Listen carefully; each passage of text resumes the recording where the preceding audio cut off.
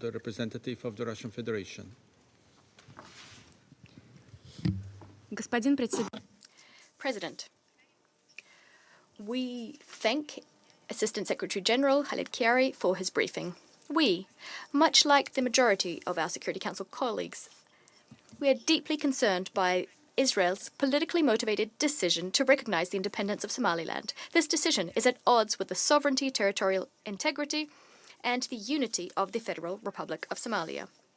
We very much understand the well-founded reaction to this decision on the part of the government of the Federal Republic of Somalia, the African Union leadership, regional states, and Arab and Muslim countries.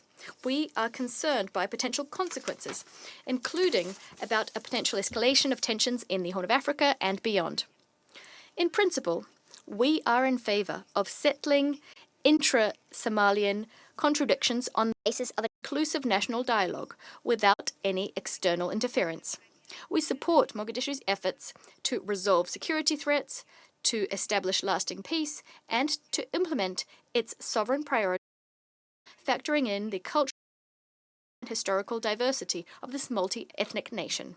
We call on interests not to attempt to further their own geopolitical regions in the Horn of Africa region by capitalizing on the systemic problems of African states. We'd also like to emphasize that decisions akin to the one taken by the Israeli cabinet risk further complicating the efforts of Mogadishu and its partners' efforts to combat al-Shabaab terrorists. Colleagues, just last week, speaking in this very chamber on the topic of the vote on the Security Council resolution on AWESOM, the AU Support and Stabilization Mission in Somalia, members of this council spoke at length about the price that's been paid for these efforts. Above all, the price involved thousands of lives laid down by African peacekeepers, Somalian security forces, and civilians. We cannot forget this.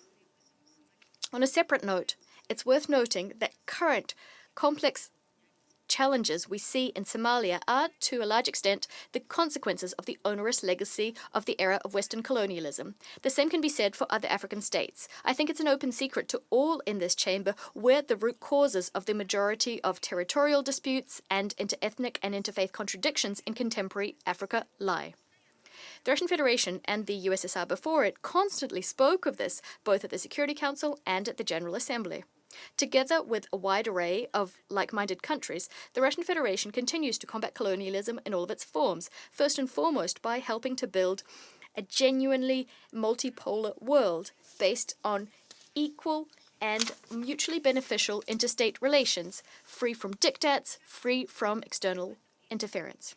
Specifically, in December, the Group of Friends in Defense of the UN Charter submitted a resolution that was adopted by the General Assembly, a resolution proclaiming the 14th of December the International Day Against Colonialism.